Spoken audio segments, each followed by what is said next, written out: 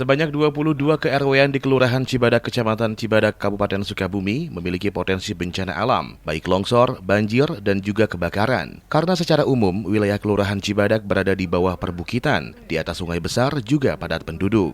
Lurah Cibadak, Kabupaten Sukabumi, Budi mengatakan ada 29 RW di Kelurahan Cibadak dan 22 diantaranya berpotensi bencana alam, terlebih saat cuaca sedang pancaroba.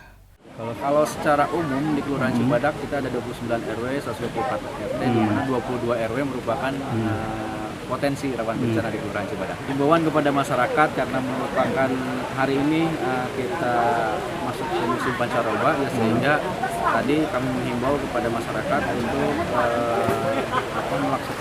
melaksanakan pencegahan ataupun mitigasi bencana di wilayah Kelurahan Cibadak.